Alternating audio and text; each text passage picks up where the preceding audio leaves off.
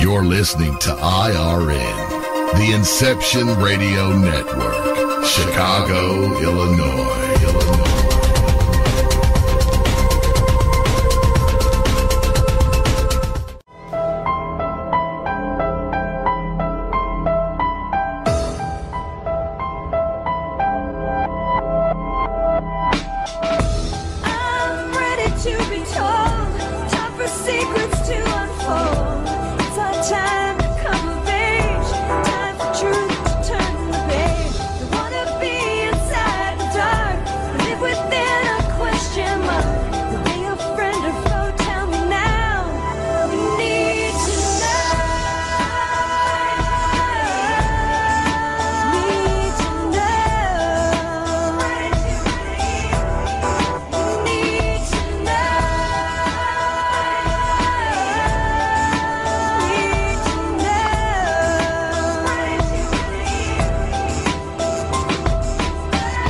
Extraordinary Phenomenon Investigations Council presents Epic Voyages.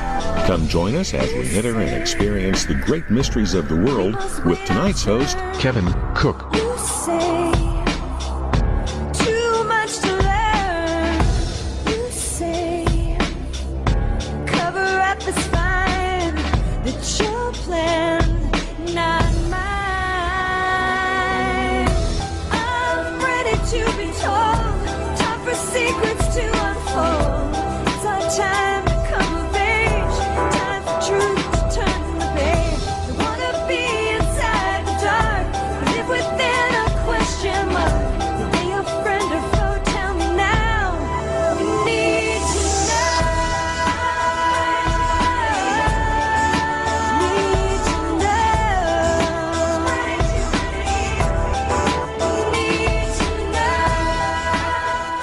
Well, good evening. It's good to be with you. Another edition of Epic Voyagers. I'm glad to be the guest host tonight. I'm also going to have my co-host from the Kevin Cook Show on tonight. She's a girl with a lot of experiences and very strange ones.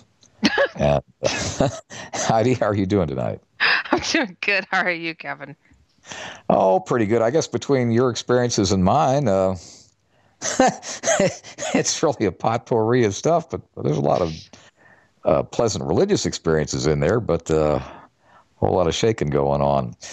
Heidi, I guess we ought to have a few news pieces before we start talking about all these environments you associate with. Sounds good. Well, there's some late-breaking UFO news, and it's small stuff, but interesting.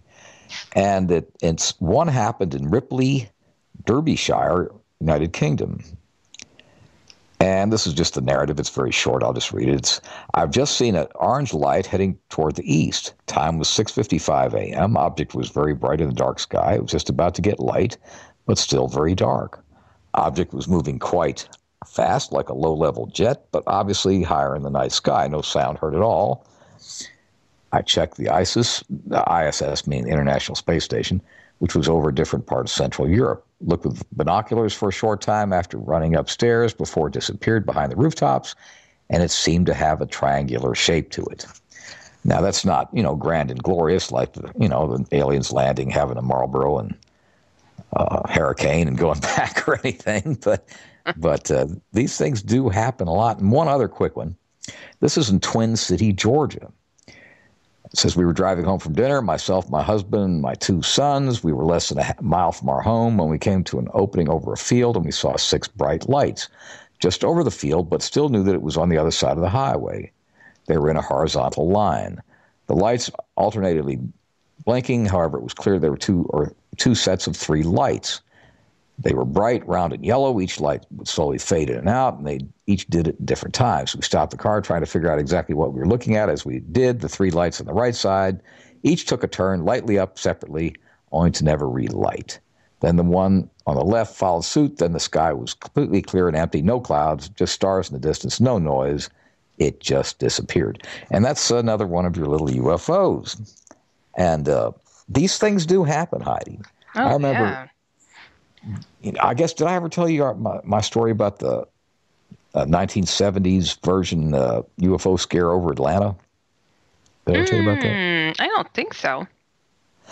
what happened was I was making a sales trip to Alabama from Atlanta, and my wife was with me because she was, I don't know, was feeling lovey-dovey or something, and so I took her with her on some of the sales trips, and also she was got in less trouble when she was on the road with me.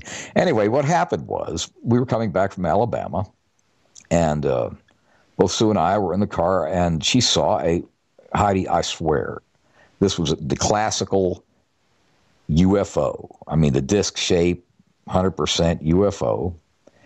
And it was being what looked like escorted by Dobbins Air Force Base jets. Wow. And escorted. And, we watched it, Sue and I, for about 5 to 10 minutes. And anyhow, it was a real mind blower. And then what I did was I called the Air Force Base, and they said, yeah, buddy, have another Miller Lite on me or something, And I called the television station. They said something about the same, yeah, yo, get lost. But I was vindicated the next day because actually, Heidi, 100,000 people saw this thing over North Atlanta. Wow. And, it was in the... Matter of fact, I even, just for the heck of it, I've got it somewhere in my storage somewhere, but the Atlanta Journal-Constitution, I ordered it, and from that date, and it had banner headlines about UFOs scare North Atlanta. There never was a good explanation. There was the explanation that was offered by the Air Force that it was an advertising plane. Well, now look, this didn't look like any plane I've ever seen that, a disc-shaped UFO type thing. And beyond that, what were Air Force jets doing flanking it? They were flanking it, like an escort kind of position. Oh, wow. And if it was an advertising plane, what the heck was it advertising? Joe's Barbecue? There was no flashing signs or, banners, like the old advertising planes used to have. So in other words, their explanation was pretty limp, but that's exactly what happened. And you endure a lot of ridicule, but I guess to this dying day, I can go back to that stacks they call their archives in the Atlanta Journal-Constitution. By golly, it happened, Heidi. Wow, that's pretty cool. Pretty I think wild. There's a lot of it. Yeah, I know it is weird, but anyhow, I do like that little website. I got that latest UFO sightings. There's stuff happens almost every day like that. Oh, yeah. And then there's another little story that came up, of course, since we've been on. The Charlie Hebdo publishing company and is going to publish cartoons of Muhammad in the coming issue, kind of in reprisal to the bombing of the place. And they're going to put out, actually Google is backing them financially, and they're going to put out 1 million copies of basically smart alecking Prophet Muhammad or something like that. And well, as much as I see Jesus being abused on every single show out there, and one of my favorite shows, Family Guy, just really abuses Jesus to the extent that, oh my God, he's a regular character on there. I mean, it kind of turns my stomach sometimes.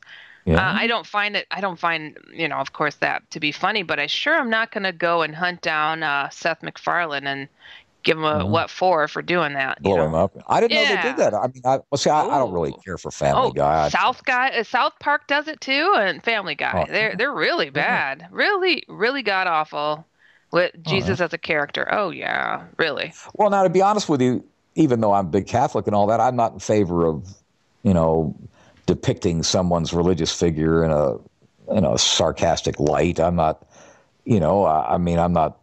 I would never want anybody to do that. I mean, if it's, Hindus have bizarre figures in their religion, elephants with 3 heads or whatever they got. But I mean, in other words, I would not do that. I think it's in bad taste personally, but like you're saying, I wouldn't hunt them down to blow them up. Yeah. Doesn't make you feel warm and fuzzy inside, but you surely don't go No, but I do think it's in bad taste. Yeah, it is. It is. Yeah, But I don't like it, and I could laugh at most things, but man, Family Guy really puts Jesus in crazy situations, dating and everything else. really, They're horrible. well, you're telling me stuff I didn't know, because I mean I'm usually into other things on Fox. I mean, than Fox on Sunday. Is it Sunday night? I guess it is, isn't it? When they have that. I think it's Sunday, yeah. Well, I'm usually watching something else, you know. I put it on DVR, so I never know when things really are. I just watch it later always. Well, I don't know, but I mean, it is off color, and sure, I'm not in favor of it.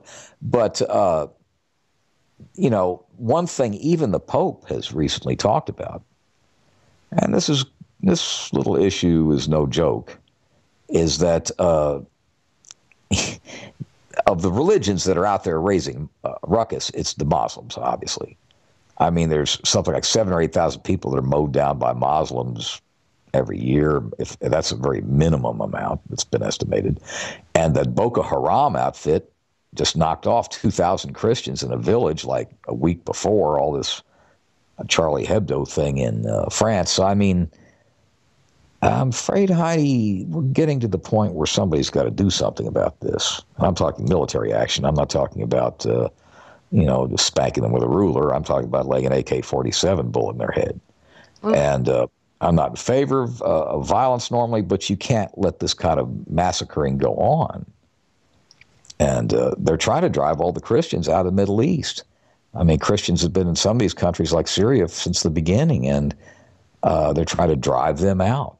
Yeah, I mean, that's what they're doing. The first Christians, I believe, are somewhere in Syria. Yeah. I think they're in the mountains or something like that, and just right. Yeah, they're really at risk over there. But I mean, these yo-yos are actually decapitating children and stuff. I know it's. I mean, sick. Come on now. But it's like, what do you do? There's so much. You kill them. You kill them. That's what you do. You don't spank them. You don't educate them. You don't take them to dinner and pat them on the head. You shoot them. That's what you do. And there's no other choice. And well, I mean, Kevin, if this were another show, I would. I would go and just, I don't know. I don't even know what to think about. I mean, there's nothing else you could do. It's not like you can say, well, I mean, you got somebody that's going to decapitate a kid. What are you going to take them to dinner and try to negotiate with them? I mean, come on. Mm-hmm. No, it's like, you see this AK-47, you're dead. At any rate, that's what it is. But, or well, M16. Epic Voyages people, you hear Kevin, right? Well, I mean, it's what it is. And So how about those aliens, Kevin?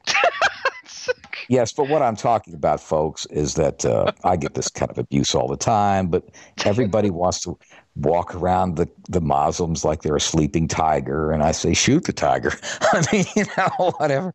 But anyway, it's so hard to pick out who's doing what, though. That's what. No, it's real easy. It's real easy. There they are. They're doing it. Shoot them. They're over. That's it. Yeah, but they've got the sleeping cells in every country. It's like, how do you find that? It's difficult. Well, just make a regular hobby of it. I mean, just get on with it. Just hunt them down like rats. But that's. In any case. I've been cleared before the broadcast to make mention of these lovely Muslim insurrectionists. And they okayed you to say this? Okay. No, Ken Cherry said it's okay if I don't pussyfoot around about it. But anyhow, that's one issue. But here's something that will make you feel better, is that as far as being different topical matter, but now this is serious. Martin Luther King was assassinated by the U.S. government according to the King family civil trial verdict. What has happened is that a verdict in a civil court in Memphis actually found the government at fault and implicit in the murder. It was Kings versus Jowers, Jowers, and this verdict was in a Memphis court, and it was recently carried out. And the evidence, Heidi, is kind of overwhelming. Wow. Because it always did kind of stink. Because, I've looked into it a little bit over the years, but what would happen is, like that James Earl Ray that supposedly killed King. he was just a Memphis street thug, Heidi. He was not, some kind of murky Politico or Ku Klux Klan type or something like that. He was basically just like a numbers runner or just a petty street thug, not anybody of any significance in the criminal department or the political department. And he wound up in a assumed identity in England. Now, Heidi, this guy in his normal life couldn't make it to Atlanta from Memphis practically. And in other words, not the kind of guy that could set up an alternate identity and work himself over to London. It just didn't make sense. Okay, that smelled a rat to begin with. But they had other things like the U.S. 111th Military Intelligence Group were at King's location during the assassination. Must be all the same guys, handled the Lee Harvey Oswald JFK shooting thingy too. So I know, and tomorrow on our show we're going to have John Corner on. He's going to talk about links between conspiracies. Well, there you go. JFK, MLK. Yeah, but that other little weird anomalies happened. Like on that same day, the usual Memphis police special bodyguard units were told they weren't needed on the day of the assassination. Yeah, that's a red flag. And let's see what else. Military intelligence set up photographers on the roof of a fire station with a clear view to Dr. King's balcony.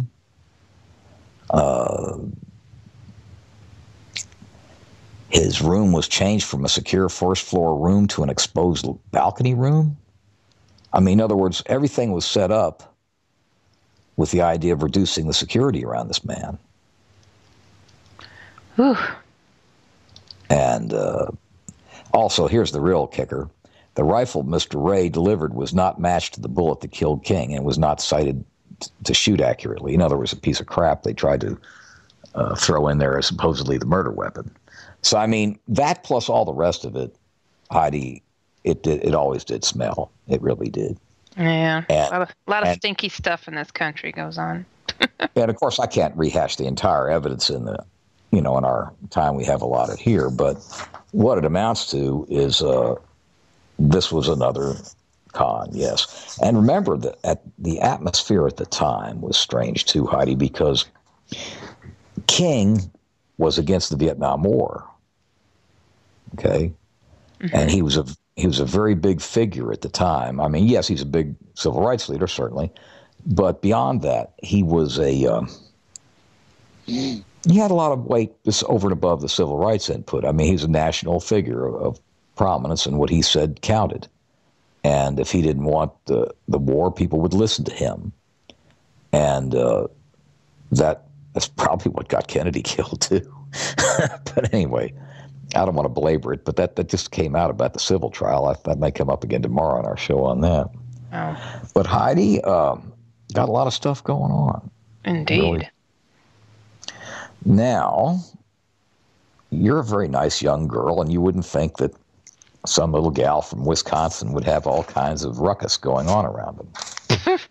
You think you'd all be drinking beers and watching the Packers and eating cheese.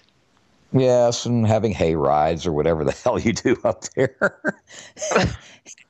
I mean, you wouldn't think that a gal from a normal homespun place like that would have a bunch of ruckus and hatmen and I mean, I could see Jesus showing up in Wisconsin, but you figure that such extremes as hatmen and such as that would be down my neck of the woods, say in Florida or Texas or something like that, but not in homespun Wisconsin. What the heck happened? I mean, how'd that come about? Well, three of the things you mentioned, I rarely do watch the Packers, eat cheese, or drink beer. So I hate beer, don't eat cheese much, and I only watch Packers mainly for playoffs because they usually make it to them. Go Pack! But I don't know. It's strange. I mean, I think that for myself, it just seemed to be that strangeness followed me. I don't know why that was. Don't know why that is. And I was born into this with my head not attached. And it's just kind of gone on from there. I don't know. It's just been strange. But A lot of people out there have heard me talk about, I grew up in a haunted house, and it started there. I was 7 years old, and things started getting strange, and don't know how or why. My mother had passed earlier in the year, and it started Christmas Day when strange things started happening. Oh, really? Yeah, right after she died, or she died in April.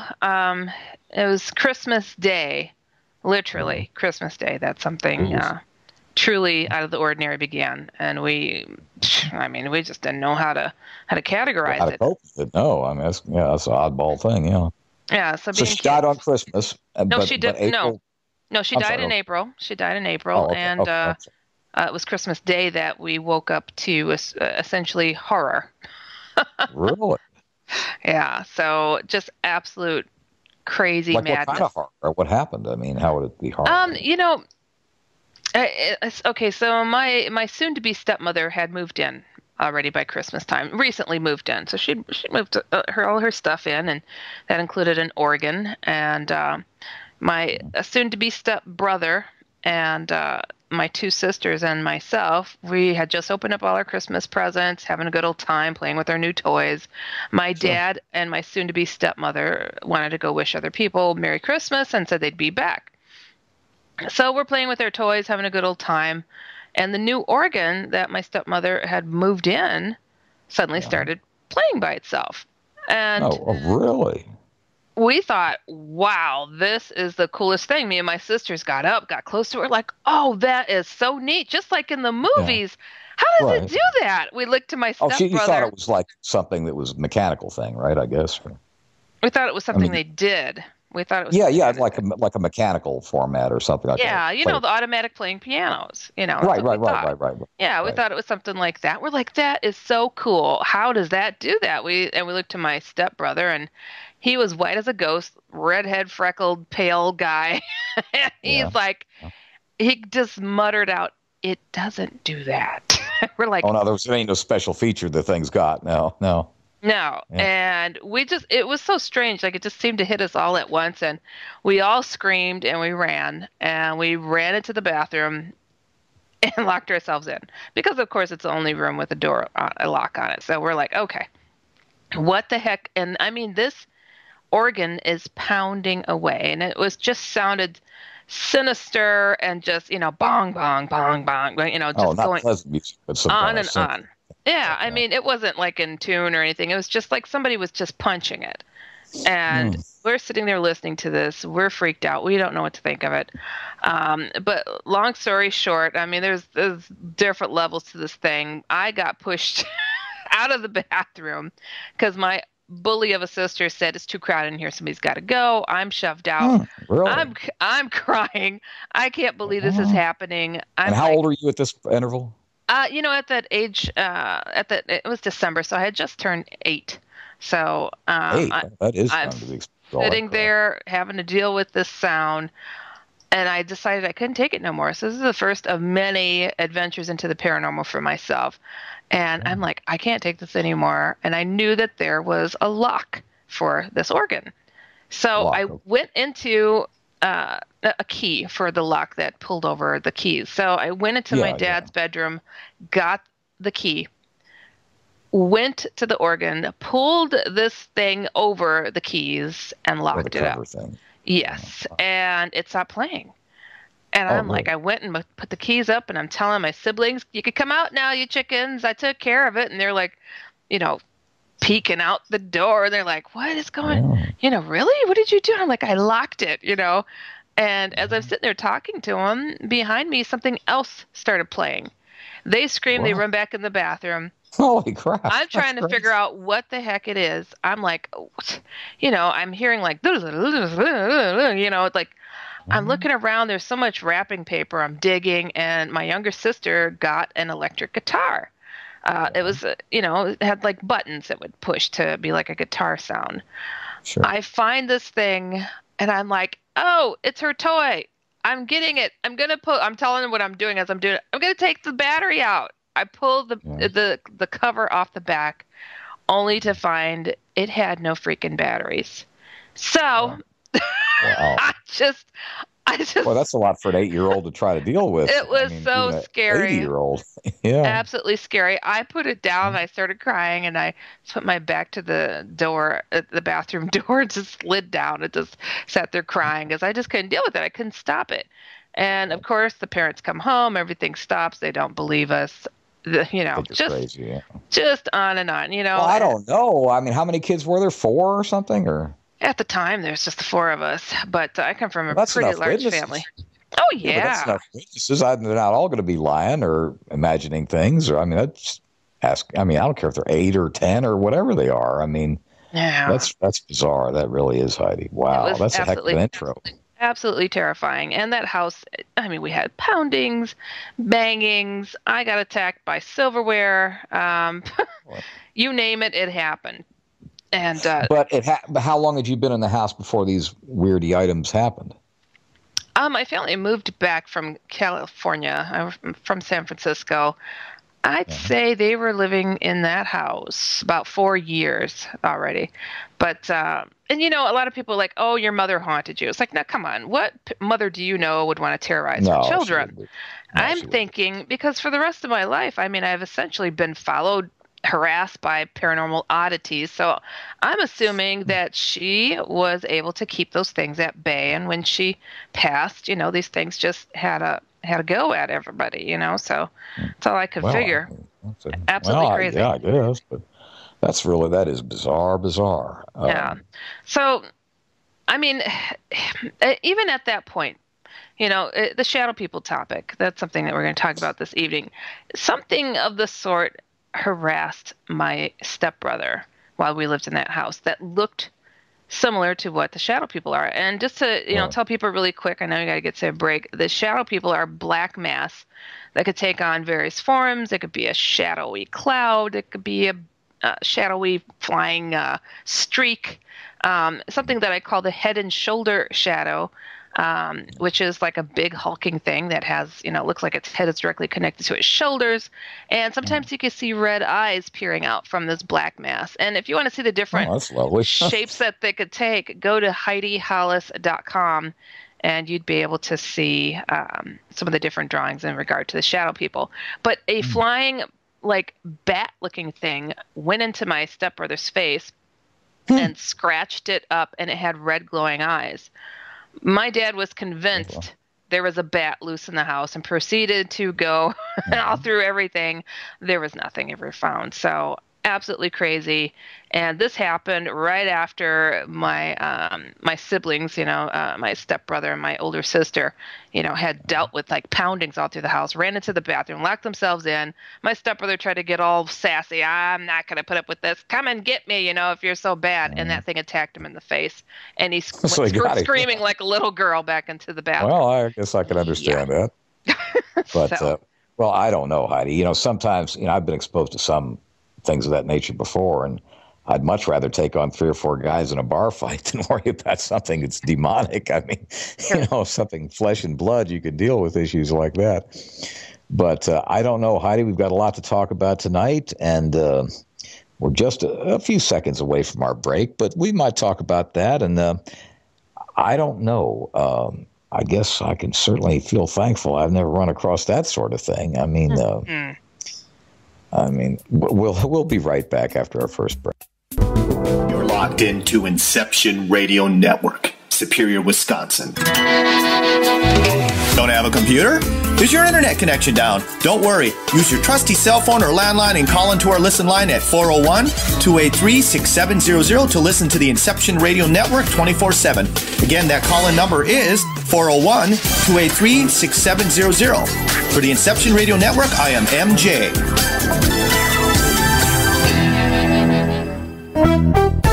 Hi, Inception Radio Network listeners. This is Amanda. Just a reminder that Inception Radio Network is on Twitter.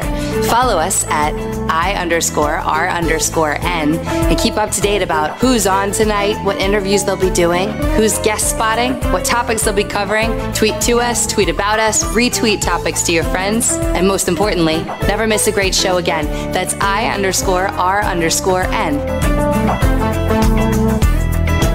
Do you have a smartphone? If so, Inception Radio Network is the best app for you. Available on iTunes, Android, Samsung, and most other app stores. Just search Inception Radio Network.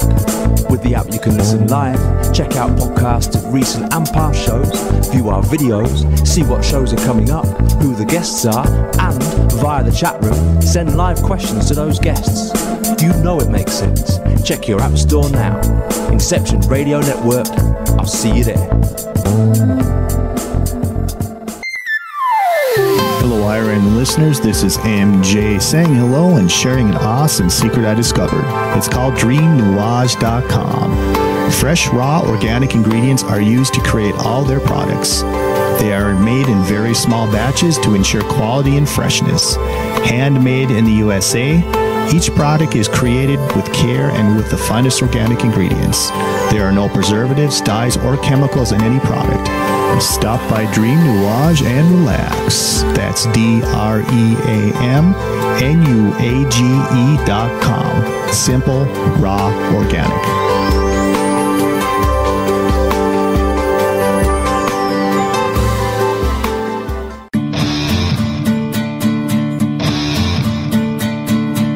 Hello, I'm Pat Ustford, inviting you to tune in to Epic Voyages every Monday evening at 8 p.m. Central, 9 p.m. Eastern, right here on Inception Radio Network.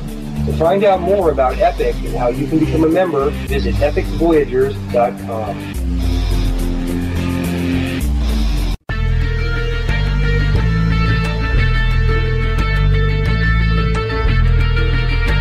EPIC is Extraordinary Phenomena Investigations Council, the forum for scholars, experts, and those fascinated by and involved in the study of ancient civilizations, conspiracies, cryptozoology, ETs, and UFOs, fringe science, the paranormal, and all manner of extraordinary phenomena. Please join EPIC as we examine the mysteries of the world and beyond on epicvoyagers.com. And for updates on the upcoming interactive video presentations, the latest news and discussion on the EPIC forum, as well as research, investigations, and membership opportunities. Epic Voyages program schedule is on the Inception Radio Network. Thank you for joining us.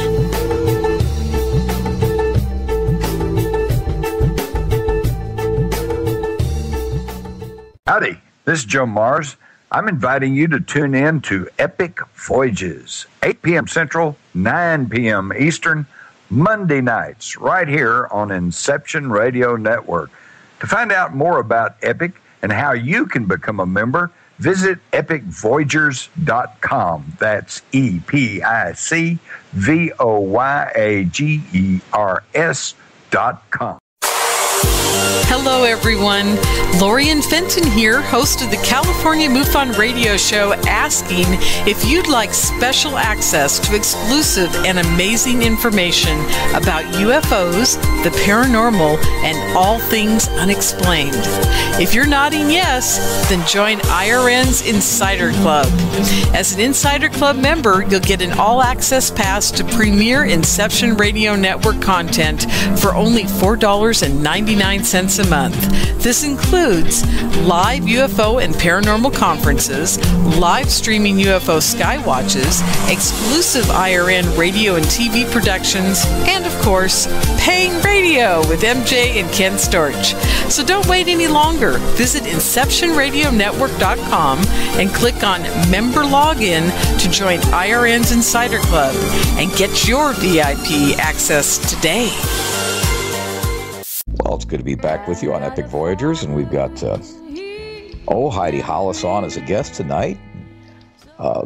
Heidi, I'm sorry you got traumatized by that stuff at such an early age. That's a lot for an 8-year-old to process. That's a lot for an 80-year-old person to process, let alone an 8-year-old. It was really crazy. It was really crazy, and honestly, for my siblings and I, we felt so terrorized much of the time that when we watched a movie, it's like a movie wasn't a movie unless it was a horror movie. And it was like counseling for us, it was therapeutic because it was nice to see, even if it was fictional, that there was even others who thought of the possibility of the horrors out there. And we were like, coaching each other. Oh, Melanie, remember when that happened to you? Or, Jeff, how about that? And it was just just, you know. Well, I'd hate to think of horror movies as training mechanisms. I mean, that's it really was. It's like, remember the time when you ran from a thing that was kind of gross and, you know, oh, but don't kick the monster. It's like, yeah, so it was pretty crazy. But did you ever think about calling in an exorcist? Oh gosh, I was so young. My parents were. Yeah, my parents were, you know, at first in denial about what was going on. My stepmother came around rather quickly when we were all. This is hilarious because I just can't believe she did this to us. We were home. We heard sounds coming from the second floor. We're all down on the first floor. We're like, what is going on? Yeah. And then we heard what sounded like something in the walls, and we're like, oh no. And we ran into my parents' bedroom. I had a lock on it, and we're just sitting there. And you know, we're little kids, and my stepmother was terrified. And she goes, "Okay, I'm going to count to 3, and I'm going to run out the door, and I'm heading to the car." And then she said, "Everybody for themselves." And we're like, "What?" You know. And she said, "Everybody for themselves," and I'm going first. 1, 2, 3, ah! And she just took off. And we were like little kids running after her. You know, it was absolutely terrifying. And we ran. Oh my gosh, we ran to the car. We sat in the car all night long. It was absolutely crazy. So so it was. Oh, all night long you stayed in the car, really? We did until my dad got off from work, got home, because it was. What the heck did he think about all that? See his whole family racked out in the car. He was absolutely, you know, just like, you know, this is, you know, you guys, you're just making it up and da da da da. Turns out, my dad had experienced the absolute worst experiences in the house. And we're like, I didn't find this out till many, many, many years later. I was in fact an adult already. He started laughing, and he said, "Well, if I told you what I was going through, you know, nobody would have been able to stay in the house." He said, "I was scared to death." He had absolutely terrible things happen to him. So, like what? I mean, what? I mean, worse than that? I mean, worse than these? Yeah. He actually, he was laying in bed one night and alone. The bedroom door opened by itself. Yeah. His sheets went up into the air, and something crawled into the bed next to him, ice cold, that paralyzed him. God. And he said, "I think I just passed out," because I don't remember what happened afterwards. Oh gosh. Oh, that is really some serious story there, you guys. Just absolutely crazy. So anyways, but that's just the beginning of stuff. I mean, that was one thing. It I can't say it piqued my interest to look into these topics. I could say it terrorized me to the point of wondering how to escape such things. My parents built a brand new house because, for little did I know, one of the reasons was, you know, that no one else had lived in it before, so it can't be haunted. Yeah. So we go and we get a new house and all that stuff. But things changed to a point where, of course, we weren't dealing with, you know, the ghostly phenomenon, but I had experienced some poltergeist phenomenon that I don't know. I don't know how to explain. I was home alone, and my bedroom was the furthest in this house, and it was a ranch style home, and I heard the most awful crash out in the foyer, when you first come into the house there. Yeah. And I'm just like, you know, what was that? You know, I come out and like, hello, you know, anybody here? You know, nobody's there. I'm looking around, and I am not kidding you. My stepmother had her favorite vase that was very close to the front door, and it was smashed. It had flown all the way from the front of the door to the kitchen and smashed against the wall, and it was there in pieces. And I'm like, oh no, I am not taking the blame for this. I'm like, that's quite a few feet, I guess, huh? What was that? Had to be, I don't know, 40 feet. Yeah, so it was a pretty good distance. And I'm like, come on, who did this? You know, I'm looking around, front door's locked, windows are closed. I'm like, oh, this can't happen. And I literally, my parents come home, and I'm like, look, I am going to tell you, I left it just the way it was. I said, I came out to this They didn't believe me. I had to pay for that vase and replace it because Really? it was her favorite. This was the new house, right? It was the brand new house. And they're like, Heidi, we're not in the old house. This place isn't haunted. I'm like, well, I don't know what to tell you. Here it is. So that was one thing. And then it progressed for myself to start having out-of-body experiences is the best way to put it. And this is an out-of-body experience. I don't even know what to tell you. This is crazy. I had a couple of incidences. I shared a bedroom with my younger sister, and I felt something really cold against my cheek. And I'm like, "Ooh, what is that?" And I feel it, and it's a wall, with the little sand like in the paint. And I'm like, "What?" Yeah. I'm like, I was on the ceiling. Oh, okay, yes. I was like, and I just took a deep breath and, What? You were feeling the texture in the paint or whatever. I did. Yeah. And when I realized it, boom, dropped down to the bed. Honestly, that really didn't feel out of body. It felt like I was on the ceiling. I don't know how to explain it. Oh, I know. I've done that. Yes. No. Yeah. I wasn't on the ceiling. I was kind of floating around below it. But, yeah. Yeah. So absolutely crazy. And then it progressed to being, flying, doing different things. And probably one of the strangest things that happened over there, and my dad had no sons, so I was mowing the lawn.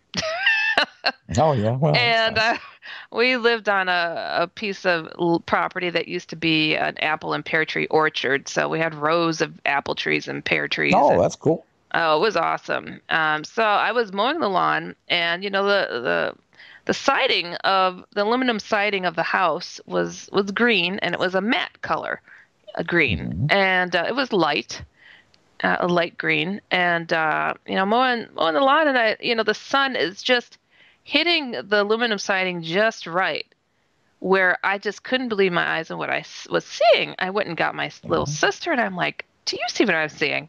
She's like, "Whoa!" Right outside my bedroom window, and this, mind you, this is like the day after I had one of my out-of-body experiences. There were just sweaty footprints going, bare footprints going clear up the side of the house. Sweaty footprints. Yes, it was like oily footprints. Yeah. Like to see it. I mean, to see it as well as we were able to see it, going clear up the side of the house, all the way up. We went and got my dad. I'm like, "Dad, what is it?" And he's like, he goes out there, he looks at us. He looks again. He goes, like a practical joke. "You girls are pulling something. What is going?" I'm like, "Dad, really? You think how are you going to replicate we that?" went and we got some oil on our feet, and we got a ladder, and we shoved our feet, come on." And I put my foot in it, and my foot fit. So it was just really crazy. So I don't know. I mean, so that's just the build up to everything. But living out in the country and walking everywhere, I got to see a lot of odd lights, and that piqued my interest in the alien topic. Yeah. But it wasn't until, much later, it was in between one of my college years that I moved down to Iowa for a few months. And while I was down there, I saw something that was just out of this world. I mean, I'd seen UFOs, I've seen ghosts, I had seen a lot of different things. I've seen heaven-like places, and just having memories of this heaven-like place. And to be honest, I don't know where those memories fully come from. And the only thing that I can gather is that, I had pretty violent seizures as a kid, and I'm thinking maybe I had some near-death experiences. That's all I can. Maybe. I could figure that it might have been. So, anyways, I moved down. Near-death experiences do produce those, yeah. Oh yeah. So I was down in Iowa. I was staying with one of my friends. I was learning how to put a newspaper together and all this good stuff. So staying at their family's home, I stayed on the second floor. That was an attic, converted. Part of it was converted. The other part was not. Yeah. And broad daylight, I know I've shared this story a lot over the airways, so I'll say it briefly. But it was broad daylight. We went to her uncle's house in broad daylight, walking along, and I saw something dark going from a bush to a tree to a, another tree. And I'm like, what am I seeing here? This like somebody's black lurking around kind of a thing, right? Like a lurker kind of guy or something, right? No, it was a shadowy looking thing. Oh, okay.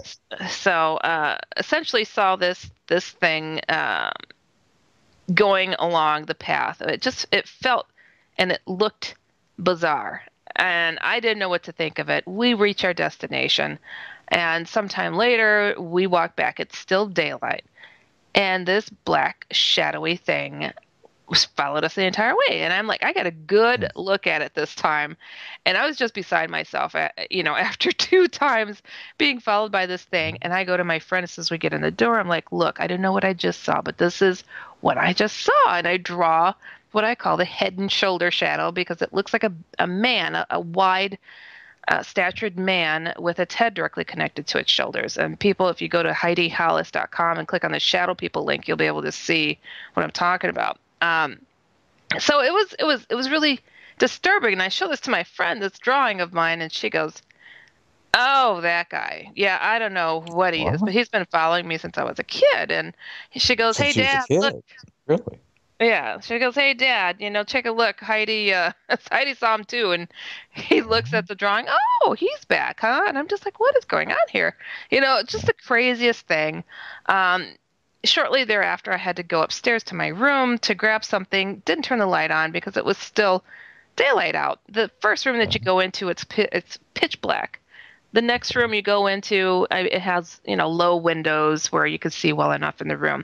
So I go in there, grab what I needed to, turn around, and that thing is blocking my way to get out of the room. So, wow, absolutely crazy. To be met with something like that and to feel it, to know that it wanted to harm me. That I felt it wanted to rip my throat out, not harm me. I felt it wanted to kill me. I mean, it was just nothing nice, nothing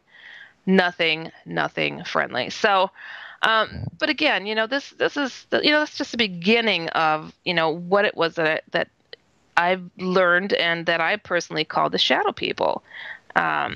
A few years later, I moved back to Milwaukee, and I have, a strange encounter in regard to, I guess you could say, the alien phenomenon.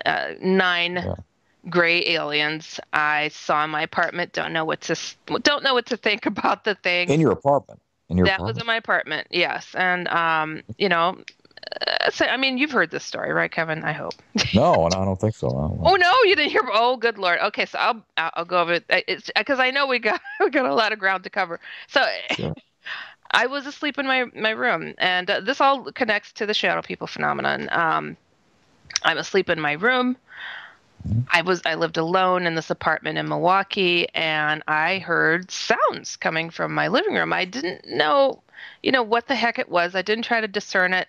I just felt like somebody was in my apartment that was not supposed to be there, and I was pretty darn certain that it was a burglar, and sure. They didn't see me yet, and I was going to just make a run for the door to escape them, And so I'm like, I don't have my phone next to me.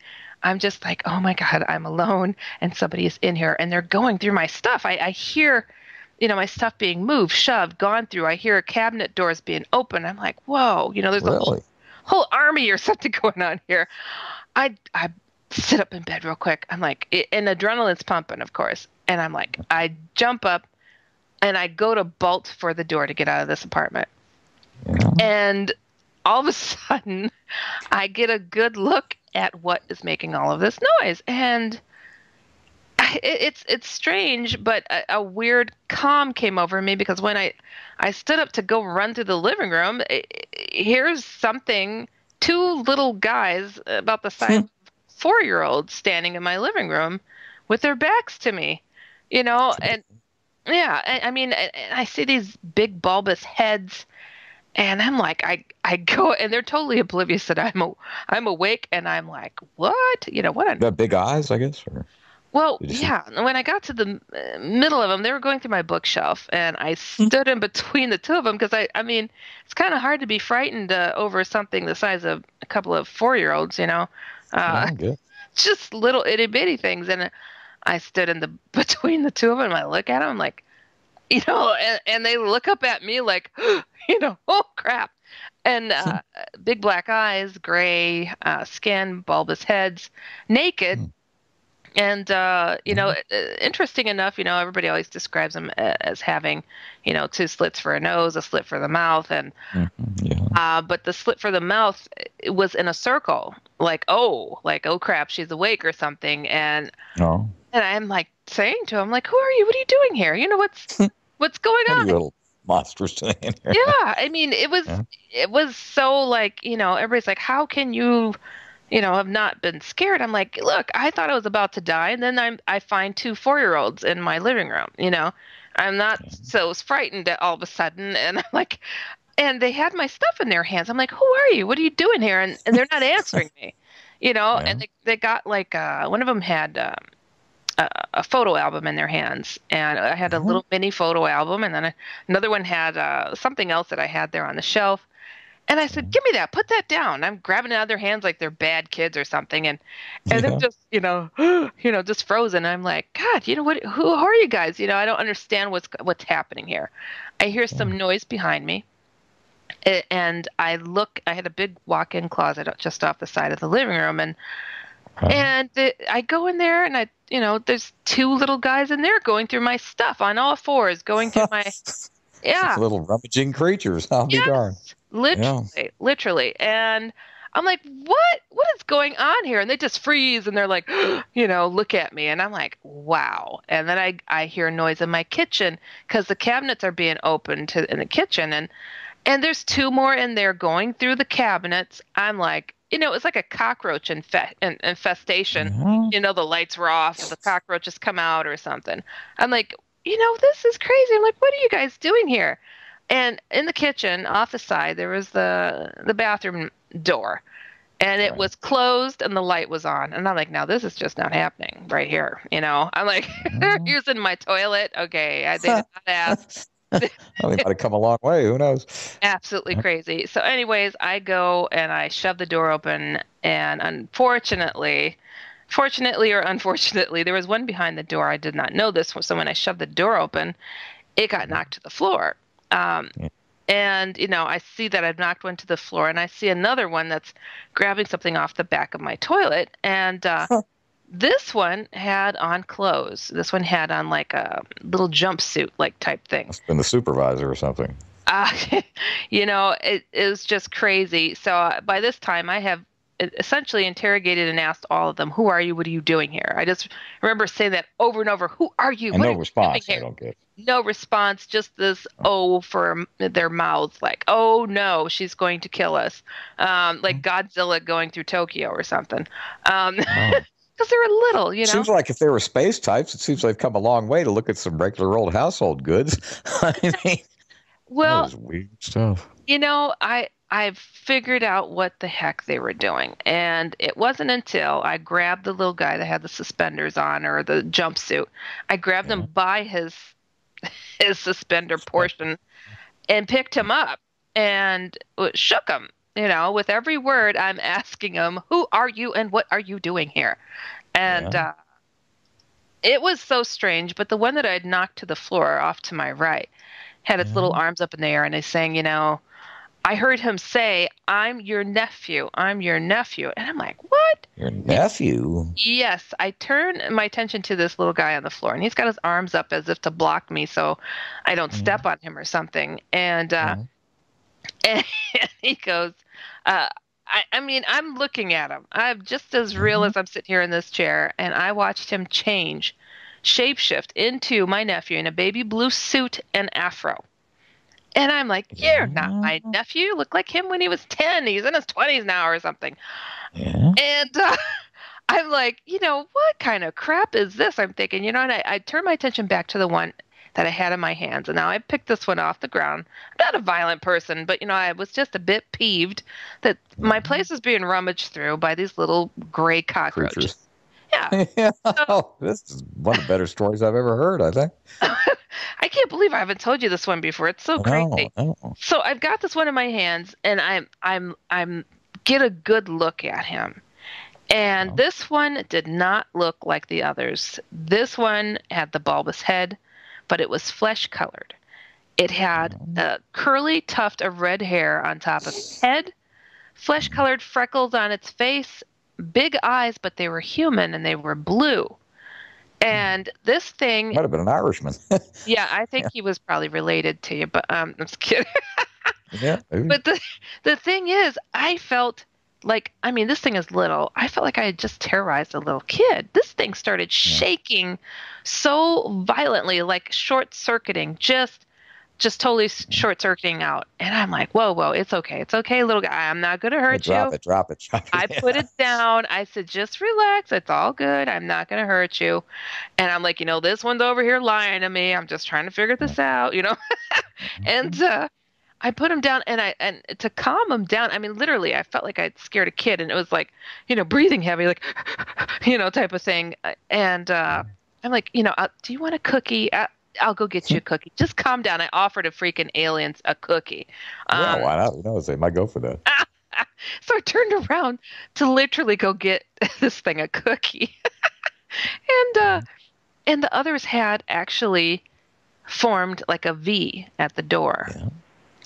And they're all standing there, and I'm like, what? They're blocking. I'm just looking at the top of my refrigerator, make sure I had some cookies left. I'm like, oh, there goes the cookies, but these little guys are in my way. I'm going to have to plow through them. But they're standing there, and their mouths are closed now. And then all at once they like lean forward, and whoop. Mm-hmm. I don't remember anything else after that. They leaned forward. They leaned forward, almost like they all had to work together to take down this Godzilla. And it was did it club you over the head or anything, I don't guess, or no, but it's so strange because it's like I don't feel like they got me. I don't feel like I got abducted. I don't feel like any of those things happen. But and things are a little hazy, but I do remember waking up the next day going, where the hell? Where are they? It's like, this is not happening. Yeah, where are these little guys at? But it was really crazy, really bizarre. But and then the next day, nearly the next day, I started seeing the big black shadowy masses in my apartment. And I'm like, whoa, what is going on here? I just got shadowy masses as opposed to the little aliens. Exactly. I'm like, okay, I don't get this. I just got rid of those little gray cockroaches only to be met with a big black shadowy presence. And thus began my venture into the shadow people phenomenon fully. Like, they got my attention fully after that fiasco. I didn't know what I was experiencing. I'm like, give me a break. Come on. I'm seeing the head and shoulders shadow. I'm seeing black streaks. My place was so active. I just was, I had lived there for a little. This is just a regular apartment in Milwaukee, right? I mean, that's nothing. Yeah. And I'd been there for like a year. Already. Without any phenomenology or anything like that. But I had joined a UFO paranormal discussion group of people who had seen UFOs or been abducted. So that was my only connection. And I assumed that they were trying to figure me out and saw the picture of my nephew in that photo album dressed just like that one shape shifted into. So they were trying to figure me out and gather information, intelligence of some sort. So that's what I feel they were up to, those little gray guys. Well, who am I to say? I mean, I guess they might be, but I mean, oh, Lord, I guess I've been to a lot of epic meetings, and I've never been followed. I'll tell you what, we're coming up to our next break. We'll be back in just a few. You're locked into Inception Radio Network, Superior, Wisconsin. Don't have a computer? Is your internet connection down? Don't worry. Use your trusty cell phone or landline and call into our listen line at 401-283-6700 to listen to the Inception Radio Network 24/7. Again, that call-in number is 401-283-6700. For the Inception Radio Network, I am MJ. Are you a fan of Inception Radio Network? Do you reckon it's the best alternative talk radio station on the planet? Well, if you do, head to facebook.com/Inception Radio Network and like the page. Tell your friends, spread the word, and keep listening to the best.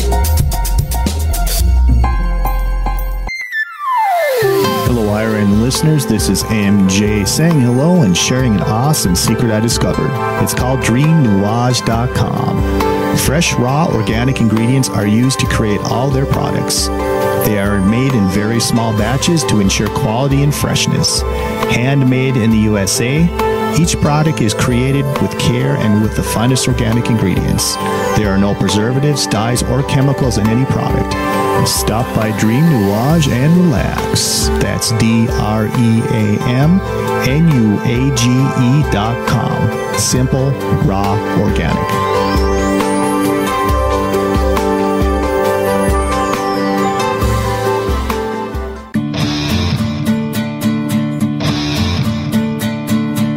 Hello, I'm Pat Ustford, inviting you to tune in to Epic Voyages every Monday evening at 8 p.m. Central, 9 p.m. Eastern, right here on Inception Radio Network.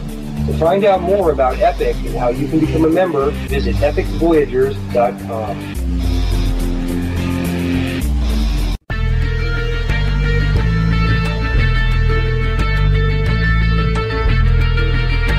EPIC is Extraordinary Phenomena Investigations Council, the forum for scholars, experts, and those fascinated by and involved in the study of ancient civilizations, conspiracies, cryptozoology, ETs, and UFOs, fringe science, the paranormal, and all manner of extraordinary phenomena. Please join EPIC as we examine the mysteries of the world and beyond on epicvoyagers.com, and for updates on the upcoming interactive video presentations, the latest news and discussion on the EPIC forum, as well as research, investigations, and membership opportunities. Epic Voyages program schedule is on the Inception Radio Network. Thank you for joining us.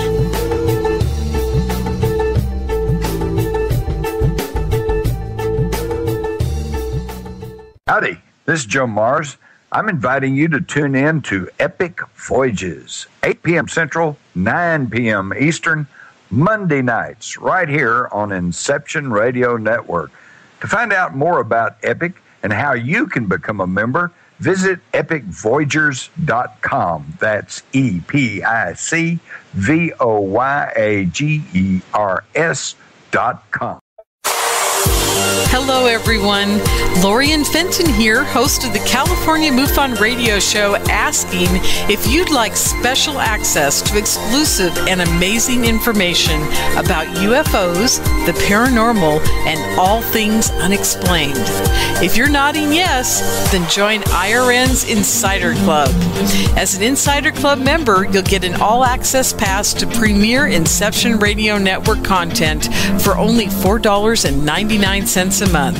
This includes live UFO and paranormal conferences, live streaming UFO skywatches, exclusive IRN radio and TV productions, and of course, paying radio with MJ and Ken Storch. So don't wait any longer. Visit InceptionRadioNetwork.com and click on Member Login to join IRN's Insider Club and get your VIP access today. Good to be back with Heidi Hollis, who's had a lot more strange experiences than I thought she did. I mean, oh my God. I mean, I'm a rough old buzzard, but I don't know how I'd held up under all that. Before we talk about anything on that, before the show, I was talking to Joe about Christie. Now, you remember we had a show about the fellow that was done wrong by Christie and so forth. And, you know, Christie, for whatever wackadoodle reason, has decided he's a Dallas Cowboy fan. I think it was to get in the public eye that he could show up at Jerry Jones's owner's box and, you know, be high-fiving the owner's group and all that, like he's just a big buddy with Jerry Jones. And which is strange for a guy from Jersey and all that. But anyway, several years ago, there was a Super Bowl in New Orleans, and I was, down there. And there was a casino. Jerry Jones and his wife were coming out. I just said hello. Jerry was kind of half drunk, but he still could function and talk to you. And most of the players were in that casino. But at any rate, I say hello to Jones, and I'm just about 6 foot tall. I'm not a giant man, and I'm pretty wide, but I mean not 6 foot average size. And I towered over Jones like he was one of those little creatures. that you just talked about. And, I was like, boy, what a little fella. And, it was no big deal. Big wallet, little fella. But at any rate, what I'm saying is the pictures of Chris Christie, there's something missing in the translation here. It's a little mystery. Because Chris Christie was in the owner's box with Jones. And, of course, they were during the Cowboy game when they were playing the Lions, and then I think also the Packers. They were showing shots of Jones and Christie, and they were yakking at each other and all that. Anyway, it showed Chris Christie to be about 3 inches shorter than Jones. Which, my goodness, Heidi, if I'm looking down at this guy, and I'm just an average-sized guy, or maybe a little bigger than average, but still right about average, and I'm figuring he's no more than 5, 6, or 7. What the heck size is Chris Christie? I mean, wow. And they showed another picture of Chris Christie on the field at Cowboy Stadium, and he was shorter than Jones. I'm saying this little guy, if he weighs about 300, he's got to be about as tall as he is wide. I mean, this is a little bowling ball of a dude. That's just wrong of you, Kev. but that's not all. We were also remarking before the show was Chris Christie had a lap band about a year ago. This guy looked like he weighed an easy 300 now. I mean, what did he start out at? 500? I mean, I'm just saying this guy's like a little monster. That's all I'm saying. He'd be a good fugitive from your dreams. I mean, what a troll. But at any rate, we just thought that was kind of interesting. And since he's actually, believe it or not, he's a foul little troll. And I don't care how, he's not a handsome man, but he's a troll that closed the bridge into New York. And I mean, he's just a no good lowdown. And we're going to have this foul little troll. Oh, that isn't all he did. They had a picture of him on YouTube where when the Cowboys lost the game with the catch that was nullified by the referees. Chris Christie was making. You remember Dr. Evil would stick his little finger up near his mouth and made a little gesture, Dr. Evil's gesture from the movie, right? Chris Christie did that. Like he's a little evil, trolly Dr. Evil or something. At any rate, I'm sure the point of the whole story is these photos, once they come out, will probably sink Chris Christie and he'll go back to the Jersey swamp where he belongs. But I know that's a departure from paranormal things, but I thought it was funny enough to tell you. It was just a blast. Goodness, that's funny. I mean, the creature from the Black Lagoon or something. Anyway, but the Dr. Evil thing with a little finger right in the side of his mouth was really just perfect. I mean, whoever Christie's opponents are in the upcoming Republican fight-off for the convention, they'll love those photos. It's just they'll think they just won the Irish sweepstakes, I promise you. But anyway, by the way, I don't mean to cut out for just a second away from the paranormal issues, but you do realize, now this is an interesting topic, and we'll get back to paranormal issues because you've sure got plenty more. But what I'm saying is you do realize those games were crooked, right? I don't know. Okay. Well, now look, I might have mentioned this on one of the shows after it just happened, but the Cowboys-Lions game, the Lions had a pass. The quarterback threw a pass, Stafford, and there was clear pass interference where the guy was held, okay? And this was at a pivotal point in the game because if the pass had held up, the Lions would have easily scored again. They were on a roll, if you will. This broke their momentum. But the referee threw a flag, okay? And from all the time I've watched football back for decades, they always, if they're going to pick the flag up, they pick it right up, okay? Chris Collinsworth, who's the premier broadcaster for NBC's football coverage, and certainly experienced wide receiver and just football's in his veins. It's all he's ever done since he left the University of Florida. He said he's never seen in all his broadcasting career or playing career someone pick a flag up after a minute and a half. In other words, they come to a pretty quick conclusion, Heidi. And also, don't forget something else. When they do have plays that are in dispute, they kick it back to New York to look at videotape and make a ruling on it, okay? They review all scoring plays, for example, to make sure there was, possession of the ball, all that. They took it up for after a minute and a half. They took up the flag and said, "No, forget it. There's no penalty." And they showed replay after replay on NBC. Okay, getting to the point of the whole matter, it's crooked as the professional wrestling, and that, I mean, I'm sure all the Packer fans will shriek when they hear that, and all this stuff, and all the Cowboy fans will too. But it's as crooked as you can get, and even this was so obvious, Heidi, that even people, just other players, said obviously they were tweeting around that obviously this is as crooked as finding somebody with a smoking gun in their hand. I mean, Heidi, it should have never happened. Yeah, my goodness. I don't know. It's like I've heard even the last call was not good. That playoff that they just had on Sunday with the Packers. That was a little odd.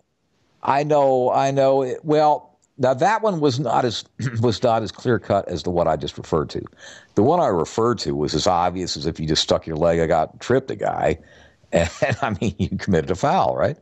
But I mean, what happened was the Cowboy player the cornerback had grabbed the receiver and held him and kept him from catching the ball. It's just stuff they do all the time. And that's why the flag was thrown. There was no justification, Heidi, none, zero, nada, for picking that flag back up. None. Yeah, I couldn't tell you. I don't watch enough. I don't know. Well, I mean, you don't have to be like the professional sports person to see this. And like I say, NBC was showing it this way. They were showing it that way. They're showing it this way. And remember, this is scrutinized by New York, too, the NFL home office. So what I'm saying, and by the way, there was another official who was like, who they keep on hand. I forget his name, but NBC, they asked, well, old Bill, what do you think? Well, obviously it's a penalty, At any rate, what I'm saying is there was no justification for picking that up. If that wasn't a smoking gun, Heidi, there aren't any. We deal with conspiratorial issues too. Even if we're taking a break from exotica for a minute, this is exotic as anything. It really is.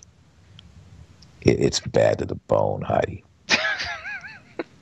I'll tell you what, years ago, 20-some years ago, when I worked at State Farm, one of my buddies was a big gambler. He was an adjuster like me, and he had a fair amount of money, and he was a big gambler. And what he would do is they had a bookie in Oakland who would take the bets.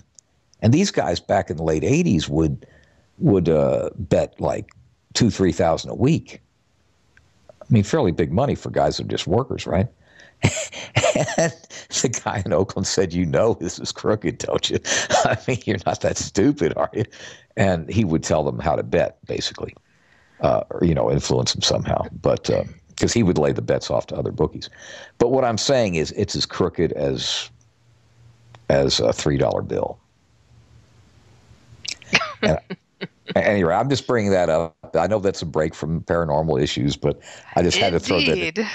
Indeed. But I had to throw that in because we have an actual human monster that has been sighted in Christie. Oh, an ugly troll inside and out. Oh, boy. But anyway, but I want you to explain how, and this was also mentioned before the show, how Christie could be listed at 5'11", and fairly normal-sized guy, and Obama's about 6'2", approximately, and he looked like that size next to Obama. Yet he's shorter than Jerry Jones. There's something going on here, Heidi. Yeah, I don't know. I couldn't tell you. At any rate, I didn't mean to depart from that, but so what? I mean, you have a little variety in here. We always have variety in our shows, anyway. Tuesdays. Is it 8 p.m. I don't know if the Epic Voyages guys are gonna be like, oh yay, Christie bashing. Well, look, I mean, I like to keep things moving, and I like to keep things varied. But this is such a weird deal. It's like this fat little ugly troll expands or contracts. I mean, unless they had him walking on stilts next to Obama. But I could promise you I stood right next to Jerry Jones, and I was about a head taller than he was, or almost. Yeah, about a head. 2/3 of a head. Anyhow, all that said, all these evil things have happened to you from the age of 8. It must have made you gun-shy about even closing your eyes at night. You know what? When it came to this type of thing, I wasn't so much terrified in that sense. I don't know where that comes from. I think because I was exposed so young and I didn't like being frightened. I mean, I immediately took to trying to remedy it. So you got kind of case hardened to it, I guess. I think so. I mean, I can't say that, I wasn't affected. It really scared me, of course, but I learned to be able to stand my ground and not, run and hide necessarily all the time, but I don't know. I don't know where that came from, but what's good to note though too, in the midst of all this dark and paranormal stuff, it's not all dark and paranormal. I think that there's a balance out there that people need to realize, that there's a balance when it comes to a person who's able to see these dark things. They're also able to see light things. And for myself, it was a beautiful mixture of that. I had, as I mentioned before the break, that I'd had some encounters or experiences that were of the very holy sort. Were they near-death experiences? I don't know, but I have very, very, very clear, distinct memories and experiences of being in this heaven-like place. People in white robes, seeing these buildings that the best that I could describe them as were like ancient Greek or Roman buildings that were made of like a crystal, a sparkling like crystal. Well, now, I think I've heard that description before. Oh yeah, so. It was really mind blowing for myself, because I would always tell my sister that I was closest to, and told her about what it was that I'd seen, and I would just have these memories, and it was just so neat to me, to suddenly, I think I was a teenager, I came across a book that mentioned these buildings in heaven, on the other side, people that were communicating from the other side. And I'm like, oh, look, I showed her, I'm like, I can't believe this. Other people have seen this place. And what was really fascinating to me was later on when I joined that UFO alien abduction group of people. And I went to one of my friends' homes that was part of that group, and when you first come into her home, there's this big beautiful painting exactly like the scene that I have seen in this heaven-like place. Let me ask you, the buildings and the crystals and the clouds and everything. It was just unbelievable. I don't mean to interrupt, but did you see a variety of colors that were very unusual, not like Earth colors, but very vivid, landscapey kind of colors? I know what you're speaking of. Like a lot of people describe seeing that kind of thing in like fields and whatnot. I did see that in another type of experience that was also like a heaven-like place. I have seen something like that. It just in like a grove of some sort in between some mountains where I had one of the encounters that I had with Jesus. So it was just beautiful, absolutely beautiful. Yeah. Breathtaking kind of thing, yeah. Oh gosh, yeah. But what was really interesting to me was, the people that I'd bumped into there, and people wearing the white robes and being guided, and speaking to this person that was guiding me. It was just really, really mind blowing type of experience. But what was interesting to me, backing up a little bit with the painting that I saw. When I saw it, I said to my friend, I'm like, whoa, I just froze at her front door. And I'm like, what, where did this come from? And like, this is, I've seen this place, And she's like, oh, this? She's like, oh, my dad, he's an artist, and he had a near-death experience, and he painted really? what he saw. I'm like, Well, see, I have heard something wow. similar descriptions before, and they were just like you're describing.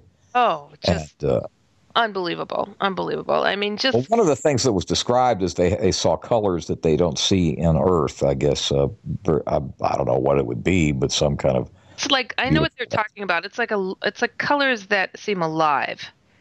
It's not just a color. It's not a painting on the wall. It's a color that you see depth, 3-dimensional, 4-dimensional. You go into the color. I know what they're speaking of. It. Yeah, it's a very, very different kind of way of expressing color, and yeah, it's different. But that's a pretty good experience. I like that. Those are pretty. You could get along with experiences like that. Yeah. Well, yeah, but again, so much focus goes on to the negative, because it's, for myself, having named shadow people and the hatman phenomenon. Here I have one book on shadow people, I have one book on the hatman, and I have 4 other books. One is on Jesus encounters, the 4 encounters that I had at the time, called Jesus is No Joke. An angelic encounter that I had that taught me a different way of praying, to pray how... Tell me about that. I've never heard that one. Yeah, what's it called? How the angels pray, and that book is called Picture Prayers. And then I have another book called Diary Blog of the Fickle Finders. It's a book series that's on faith. And that one starts on faith, but it's a book series that'll cover different topics. But that's a graphic like novel, and so and then I have another book that's just for fun. That's because I'm a cartoonist as well, and that's another part of that series. But the point is that here I've got all these books. I've got 6 books, only 2 on these dark topics. And those are the only things that I get called to speak on, sadly, unfortunately. Yeah, it's, the Jesus book, I get to sneak that in there. The prayer stuff I get to sneak in there. But you asked about the picture prayer book, and I highlight a little bit of that in my book, Jesus No Joke, as well. A lot of people requested that I expand on the topic, so I did. And so that book is based on, I think a lot of us, when it comes to our faith, we don't give a whole lot of thought to what it is that we say to God, necessarily. It seems to be oftentimes rehearsed, rehashed, just before we go to bed at night and we're passing out, or we don't have clear thoughts, and it's so traditional. I mean, it made me sleepy just even thinking about it. And I always hated my prayers just because they were so rehashed and they were so not thought out, And I really didn't enjoy what was instilled in me as a kid as a time to sit, practice sitting still and, doing a whole lot of focus on somebody who was said to be listening. So I wanted a different way of praying, and I always kind of prayed for a different way of praying. And then I was like, why do we sit there and close our eyes? And why do we do it only in church? And why do we do it just before we go to bed? And then I'm like, hold on, the pastor's talking a great prayer, and his eyes are open, he's walking and talking, and I tried practicing during the daytime so I don't fall asleep in the middle of my prayers. But luckily for myself, I had an encounter that I don't know how to exactly put into words as easily as it may seem, even though I wrote a whole book on it. But I had an angelic encounter that essentially showed me that pictures is 1,000 words in pictures. That, we are, trying to formulate our words and get things just right, but you could take a picture and send in a text message and it could say so much without your little text underneath it. And they essentially showed me how to go about visually communicating with God and being open and honest. And for myself, it brought about a different feel, a different stance, a different notion of what it meant to communicate with God, not to pray necessarily, because it wasn't about taking time out for prayer, but that prayer it takes no time at all. And my prayers essentially transformed into being something that happened all the time, every time, 100% of the time. And I now don't even think about it because it is going on at all times. I used to so stop and, I got to say my prayers. Hold on, and then I, but to get this simple lesson on how to integrate that in my days, there's nothing that he can't look at. Let's put it that way. There's nothing I don't exclude from him. I don't sit in a room alone. I don't ever feel alone. I feel as if the whole time and everything that I do, everything that I decide, everything that I pursue, I'm always conversing with him. What do you think? How's that? Oh, that's good. Yeah. So it's, so I recommend, honestly, that used to be my favorite book that I'd written, Picture Prayers. And I'm looking to probably republish that. It is out right now through a British publisher, but I'd like to, transform it a little bit more. And but I think it's something pretty enjoyable. And oddly enough, when it comes to my writings, my book Jesus is No Joke, that talks about the honesty in my discovering that he was real, and putting that into a book form. I don't know how to put it. It's like people appreciated the honesty. I think a lot of us are at a place where we don't always get that historical lesson of this man named Jesus and what it meant to know him. And, my discovering how real he was in my 4 encounters that I had with him, and a healing that took place from him that got me to the place that I am today. That, my doctors can't explain, but I know it took place. I told them what took place. My doctors just don't want to attribute it always that way. I guess they've all been trained to turn the other way and say, perhaps it was a misdiagnosis. No, 12 years I suffered from a disease that cannot be cured. So, no, it was not a misdiagnosis. It was called a healing. There's been lots of those cases like that, lots of them. And the Catholic Church often has a medical bureaus that, review cases, and some they approve and some they don't as being miraculous. What you're saying is definitely true. And there is, in the general population of doctors, a reluctance to admit the miraculous, but they do grudgingly admit it. They really do. Yeah. So I don't know. It's something that I think more concentration and focus should be put towards the lighter side of things, not just these dark topics. Because I would not have gotten over the dark topics had I not had the light guide me and protect me. Because a lot of people ask me, how do you deal with these demons? Had I not had these other experiences, I would not be here talking to you sanely. I can understand that. I mean, from the age of 8, oh boy, it's a heck of a baptism into this kind of paranormal thing. Well, we're going to a break right now. We'll be right back and deal with some more of these unusual items here. You're locked into Inception Radio Network, Superior, Wisconsin. Don't have a computer?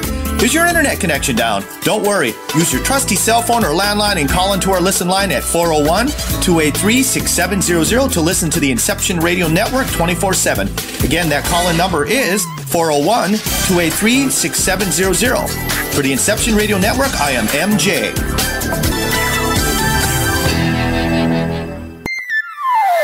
Hello, IRN listeners. This is MJ saying hello and sharing an awesome secret I discovered.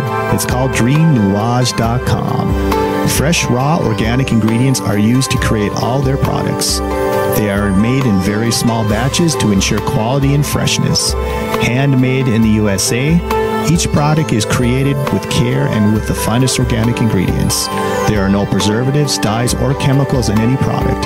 Stop by Dream Nuage and relax. That's DreamNuage.com. Simple, raw, organic.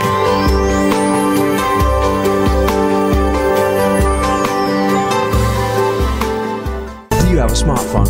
If so, Inception Radio Network is the best app for you. Available on iTunes, Android, Samsung, and most other app stores. Just search Inception Radio Network. With the app, you can listen live, check out podcasts of recent and past shows, view our videos, see what shows are coming up, who the guests are, and, via the chat room, send live questions to those guests. You know it makes sense. Check your app store now. Inception Radio Network. I'll see you there. Are you looking for a cure for boredom? Never worry. IRN's new interactive website introduces a number of ways to pass time while you listen to your favorite show. Choose anything from the IRN chat lounge, the game lounge, video lounge, or the mood lounge. These fun, exciting features let you chat in real time with fellow listeners, view live skywatches, play daily posted online games, or pick a show based on topic. The choices are endless. Use your time wisely, keeping it all on IRN. Hello, everyone. Lorian Fenton here, host of the California MUFON radio show, asking if you'd like special access to exclusive and amazing information about UFOs, the paranormal, and all things unexplained. If you're nodding yes, then join IRN's Insider Club. As an Insider Club member, you'll get an all-access pass to premier Inception Radio Network content for only $4.99 a month. This includes live UFO and paranormal conferences, live streaming UFO skywatches, exclusive IRN radio and TV productions, and of course, paying radio with MJ and Ken Storch. So don't wait any longer. Visit InceptionRadioNetwork.com and click on Member Login to join IRN's Insider Club and get your VIP access today.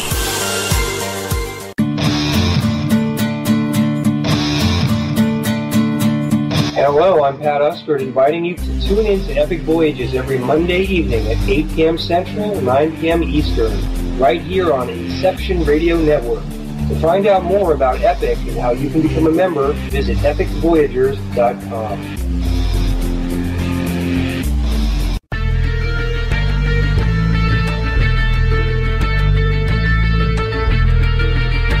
EPIC is Extraordinary Phenomena Investigations Council, the forum for scholars, experts, and those fascinated by and involved in the study of ancient civilizations, conspiracies, cryptozoology, ETs, and UFOs, fringe science, the paranormal, and all manner of extraordinary phenomena. Please join EPIC as we examine the mysteries of the world and beyond on epicvoyagers.com. And for updates on the upcoming interactive video presentations, the latest news and discussion on the EPIC forum, as well as research, investigations, and membership opportunities. Epic Voyages program schedule is on the Inception Radio Network. Thank you for joining us.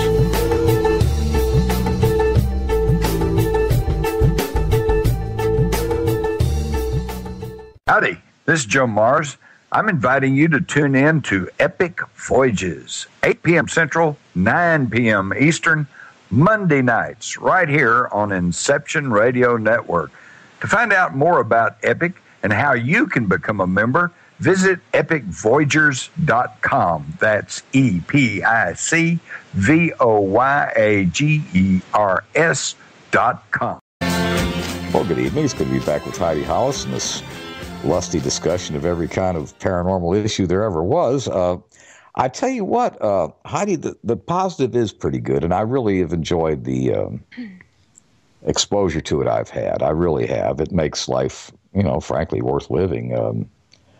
Of course, I don't know, this particular audience probably hasn't heard about it, but the primary metaphysical thing I've had, the relation to God and Jesus and what have you, was when I had the Odor of Sanctity experience in Our Lady of Martyrs Shrine in Auriesville, New York in 2008. And just in brief, what happened, for those not familiar with it, I was up in New York looking for real estate, and I didn't really find it appropriate for what I was interested in. And I was going to take that last day, a Wednesday, to just play tourist in the Mohawk Valley. And it's right near Albany. And I was going to fly out of Albany Thursday, so I was going to just drive in the morning, that next morning. But anyhow, after 10 minutes, I find Our Lady of Martyrs Shrine, and I'd converted to Catholicism a couple of years previous. And, I started smelling a smell of roses within about 15 minutes of hitting the property, and it was about 40 or 50 acres, well, actually about 70 acres on a plateau, kind of windy. And there was no church services going on. It was just, there were 2 chapels on the property, but, no services. Only about 3 people in general milling around, workmen, cleaning up and stuff. And, some people at the museum, but that's about it. Anyhow, Heidi, this was powerful. It just grabbed you by the throat as far as how powerful it was. And I have bad sense of smell from being in Texas and, exposed to the allergies down here. It makes you congested and stuff.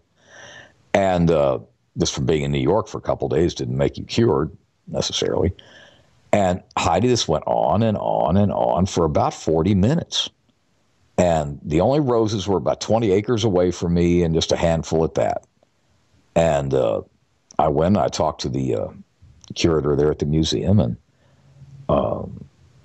she said, basically, you smelled it too, and in a shocked way. And I said, yeah. And every 6 to 12 months, something like that happens. Somebody experiences this odor of sanctity issue and the unusual, powerful smell of roses where they shouldn't be any, because it was just pines and maples. It wasn't like it was just a tropical, garden or anything. Anyhow, that experience will stay with me, Heidi, if I live to be 400. No, I understand. When something like that happens, it's like, you trust yourself. You know your senses. You know what you're... Well, yeah, you've been long enough to know what's normal and what's not normal. And I do go into greenhouses periodically down here if I'm looking for something or just snooping for plants or whatever. And I know what they, how I react is how good a sense of smell I have, which is not very good at all. And so I've been me long enough to know what's exotic, and you would too. This is a breezy place, kind of up on a little, third of a mile up, and no services, no nothing, no incense, in other words, going on or anything like that. And I grew up partially in the Northeast, and it doesn't smell like a rose garden. Even though this is rural, it's just pines, maples, nothing else. And this was, yes, when an exotic experience occurs, yes. And the one definitely did. And it was awe-inspiring, and it had another feel to it, too. Like we talked about on a show we had recently, it did have another feel. There was a feeling like the kind of terminology that I don't usually use because I'm not overly dramatic in my thought processes, but I was saying, this is sacred ground here. In other words, it had a feel of the holy around that place. More than just say, a nice church would say yes, you'd feel, like it's a holy place. But this was another dimension, kind of similar to what you're talking about, a real feel to it. And I'm not the only one that's felt that up there at all, really. Right, yeah. And one of the priests from my church I go to is familiar with the place, and he felt the same thing. It's just a really different place. It's called Our Lady of Martyrs Shrine in Oreysville, New York, for those who ever want to visit it. But right, no, Heidi, it's pretty cool. When people get a chance to experience something like that, and I think, 9 times out of 10, I really, really, truly believe that most people will have experienced something that's a little special, a little paranormal, a little outlandish, or even just a deja vu in their lifetime. I honestly think it's 100% of the time, but I think people don't trust their senses always. And my favorite one is when people say, I thought my eyes are playing tricks on me. I'm like, come on now. Right. Your eyes are not, in the back room planning to trick you. No. These are the same eyes that you trust every day to get up, get in your car and drive 100 miles, but oh boy, those tricky eyes, they just saw an alien. Really? Come on, or they just, think their imagination, really? Imagination. Your imagination can have you draw a stick person on paper, but it's not going to play out a whole scenario in front of your eyes. Well, I know what you're saying. I've heard that kind of lingo. That, what am I, losing my noodles or something like that? Yes, I know. Oh. But, I had something. You could say that you could describe it as being paranormal, and it really was. Someone could double think it and say, oh, no, it was just a weird happenstance. Okay, just in very brief, this happened just Saturday. It was kind of good. What happened was I was thinking about it. I have to find a tree for a person. They want a 12-inch caliper tree that's 12 inches across at the trunk. It's about a 45-foot tree, okay? They want 3 trunks, multi they call it. And it's hard to find right now, and, we'll find it, but I mean, it's hard. But I had a strong sense, call Donnie and tell him to look for a double, a 2-trunk thing. Which no one, by the way, the reason this is bizarre is no one ever even thinks about a double. They're secondary desirability, and they look past, and we haven't even mentioned a double. I mean, you wouldn't even mention it to anybody. Anyway, I had this strong feeling to tell him to look for one, and then an hour later he calls me saying, "What do you think if I look for a double?" Now, I know that sounds like a prosaic small thing that's inconsequential, but Heidi, that was bizarre. Yeah, that's something else. But I don't know. I mean, it's crazy. It's crazy. Crazy cool though. It is, but not like you're saying. Nothing can compare with the divine thing. That was some. Oh man. Yeah. No, I mean, but again, it's like I think that more needs to be put on focus for that, and so much gets emphasized on the paranormal, the strange, and it's like it does get people at the edge of another reality. Yes, well, but it does. One thing that I think that also I'd like to touch on this evening is my newest book, The Hatman. Before our time is up here, Sure. The Hatman book. That's something that has been a labor, and I mean a serious labor for me to get completed. How long did it take you to do it? To write the book in general is not so much. It's not so much what I mean as far as the whole topic. When I first came to realize that, the shadow people topic, I had kind of categorized this Hatman guy as being a Hatman shadow, and that's something that I had put on my website when I first put his image up on my site and got my book, The Secret War, out in 2001. The book was written in 1997 and got distributed around, and I think it got leaked a little bit here and there, but and then 2001, I put my images up on my website of the different shadow people. Again, that's at HeidiHollis.com, and I put something called the Hatman shadow up. And I put that up, and almost immediately responses and comments in regard to this guy that I had up there just changed, totally changed. Yeah. And to describe what the Hatman looks like, he is a guy that has a hat, 3-piece suit, trench coat, 3-piece suit. cape. Yeah, indeed. Oh, yeah. A trench coat, Snappy. Yeah. cape, and sometimes he's seen with a chain watch on his hip. Other times you can see his eyes as a glowing, beautiful red, not beautiful, ugly, and or sometimes a solid black eyes if you see his skin and whatnot against his against the shadows that he often hides in. But what was interesting, though, as people were sending their emails to me, they're just fully concluding how his presence was so real. It wasn't like a shadowy presence. I've had people say, yeah, he does sit in the shadows, but, he sits on my bed. He talks to me. I started getting these types of emails, and I'm like, what? What is going on here? Shadow people, they're more nosy. They're intrusive.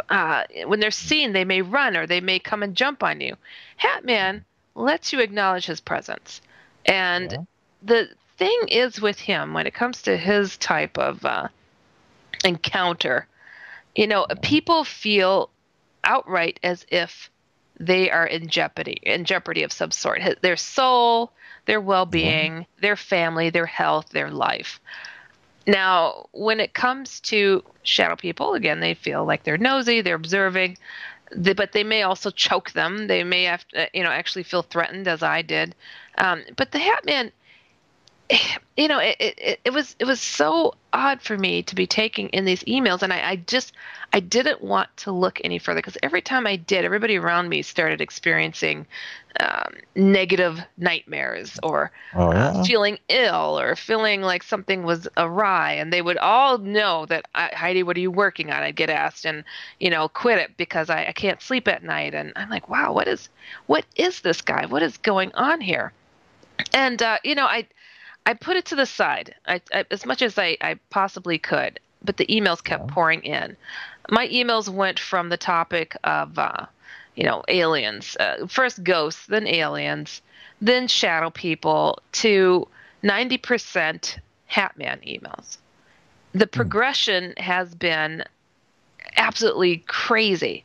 Now, what is interesting also in the patterns that I've seen with him is, some of the things that he suggests, some of the things that he does, and some of the things that people experience. Now, I've got the few handful of people that say, oh, Hatman is a nice guy. He's my guardian. He does this because I wasn't scared of him. I'm like, oh, you're so big and bad. I'm so glad for you. But it's not. It's not about that. It's about, what was he there for? Did you invite him? Come on. It's like he shows up to people who are kind of on his side of the fence, which is like the negative side, I'd suggest. And then the encounters with Jesus are going up exponentially as well. And he seems to be showing up to others on his side of the fence. Now, then there's those fence sitters that experience both of them.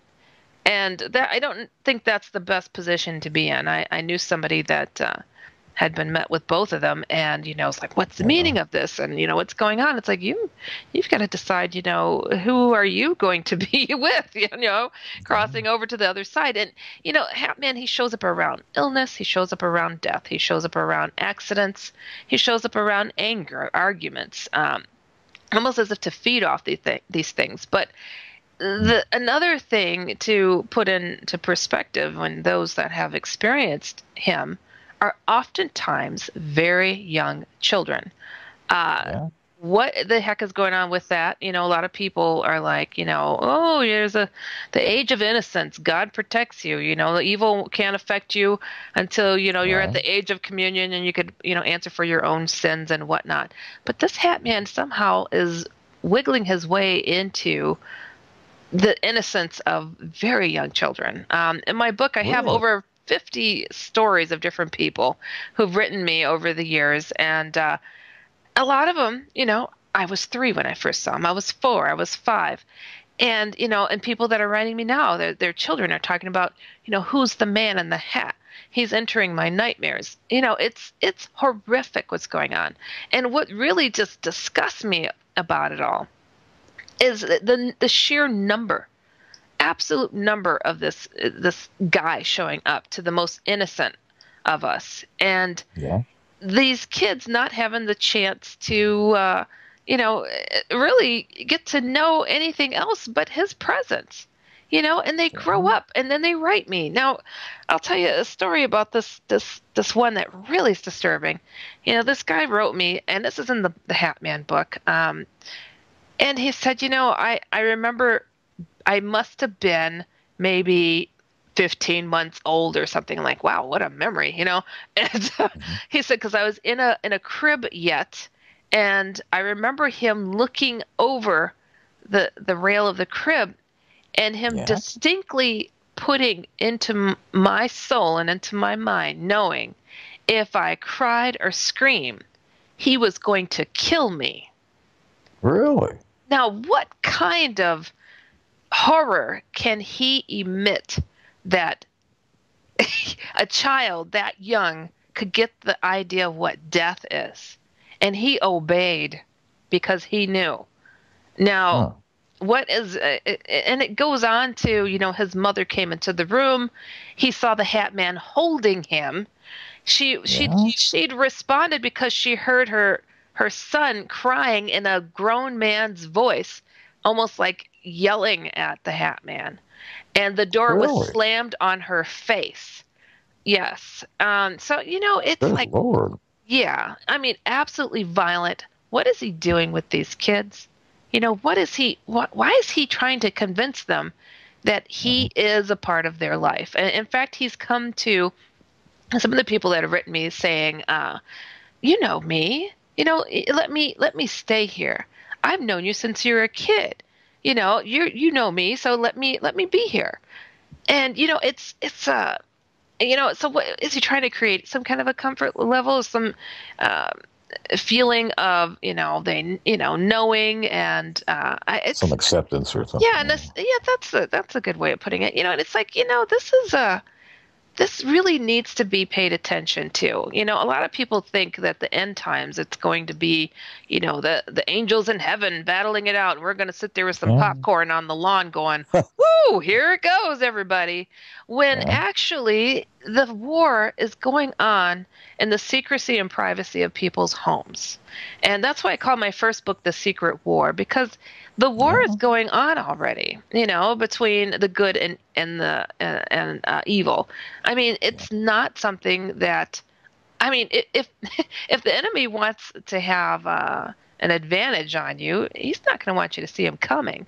And how perfect to come under this disguise of darkness when we're at our most vulnerable, asleep at night, and you wake up to horror and, you're made to think it's a nightmare. It's not a nightmare. This is a reality that's going on. And what is that saying? The greatest trick that the devil ever played was to convince people that he wasn't real, that he didn't exist. Well, he exists, and he comes in a lot of different forms. And I equate darkness as being darkness. I don't care, that's a little minion, that's a big minion. No. When it comes to these negative beings, and I'm talking about negative aliens, shadow people, anything and everything that's not invited, that is not supposed to be there, that you feel fear from, is something that you need to be vigilant about. And, and society needs to quit with the laughter when it comes to it. I have a good time with most topics, and I try to propel and put these topics out there in my books in a casual manner so people aren't fearful of it, but so they can take it in little bites and hopefully digest it and be able to, protect themselves, because the chances are that they are going to be met with something in some form that's quite dark, and they need to resort back to their faith, or they might as well get a shoe and throw it at it, because nothing is going to take it down. You're looking into the eyes of a beast of some sort, and then I get these emails saying, oh, but I don't know if my faith is strong. I don't like church. Dude, a demon sat on your couch, and you're telling me that, I don't know about my faith. Dude, you better find your faith, because that demon's going to get closer and more comfortable. If you value your soul, and trust me, you got one, whether you're going to fully acknowledge it or not. So it's time to, snap out of it already. It gets me to a point of, just being so just disgusted with some of the stuff that I see and some of the things that people say. Oh, I don't know about that faith stuff. I'm like, well, why did you write me? You asked me how to get rid of this. I'm going to tell you how to get rid of this. But first, you got to get right with your faith. So I also welcome people to go to my other website. I have a new book I'm going to be putting out soon, theotherfword.com. Though I have a book on faith already out there that, it's for all ages, 7 and up. And then I have another one that's going to be coming out, also dealing with the topic of faith, that's just going to be called The Other F Word, because, man, if there's any weapon that I think is best for people to get, and it's to get their faith together, get God together in your heart, soul, and Jesus as your sword to take these things out. Because I guess so. Some wicked stuff. I wonder why he's such a snappy dresser. I wonder why the Hatman comes with 3-piece suits. To be honest, you know what? It's like, if he didn't want people to recognize it being him all the time doing these things, he would change it up a bit. But I think he wants to be recognized. So why would he want that acknowledgement? He wants you to know that he's coming, and he's coming for you. And he wants you to be able to relate to other people's stories and what he's capable of, which is a highly disturbing thing. So again, I welcome people to go check out my book, The Hatman, The True Story of Evil Encounters. And, I really did my best to put everything that I know in regard to the topic and, get people ready and to get rid of him. He does not have to stay there. The shadow people don't have to stay there. Negative aliens don't have to be in your life. And there are good aliens out there too. I wouldn't think so. Yeah, but a lot of people feel defeated. They're like, oh, I'm paralyzed when they come. And if you could realize that there's just somebody whispering in your ear, you're paralyzed. When you could see that, somebody telling you this, you can move just fine. You're not paralyzed. I mean, if they could take you on for who you are, they would come as you are, sitting there on your couch and say, hey, how's it going? I was thinking I'd terrorize you. No, they come when your guard is down because they can't take you out the way that you think that they can. Their power is all that you give them. That's it. Well, this has been an amazing show. Golly, I knew you'd had some unusual experiences, but you shocked even me. Lots of material, so it's something that I'm passionate about and something that I would do in my sleep if I could, because I just feel like, lots is going on now, and a lot of people need to, also check out paranormalpledge.com. And that's something that I really welcome people to write me, and join Paranormal Pledge. And my email is dasoutlander, DASoutlander @gmail.com. And I do my best to, share people's stories and give some advice. And I welcome people to share their stories. So, this paranormal topic can be seen for what it is, a normal topic. And we just need to all, own up to it and take it down, Very good. Very good. Well, I guess I want to invite the folks to, of course, come back to Epic Voyagers 8 p.m. Central next Monday. But also tomorrow night, we have a good show with John Corner on the Kevin Cook Show at 8 p.m. Central. And should have a lot of interesting information on that conspiracy issues and the links between them. And things are very seldom the way they seem, Heidi, very seldom the way they seem. Indeed. Lots needs to be done, that's for sure. Well, yeah, it really is. But, I hope folks have appreciated this. And once again, I'm glad we put the emphasis on the positive, too. I mean, the paranormal isn't always just a ghost, having a whiskey sour in the corner of the room or something. But, I mean, there is a divine input there, and I think people should be aware of that. That'll give them a little faith you're talking about, that isn't all just grim and muck and lurking figures. I mean, oh, man. That's why I'm glad we've got exorcists running about. And anyhow, on that note, I guess we better wish them good night. And thank you, Epic Voyagers. We'll see you another time. Good night. Good night.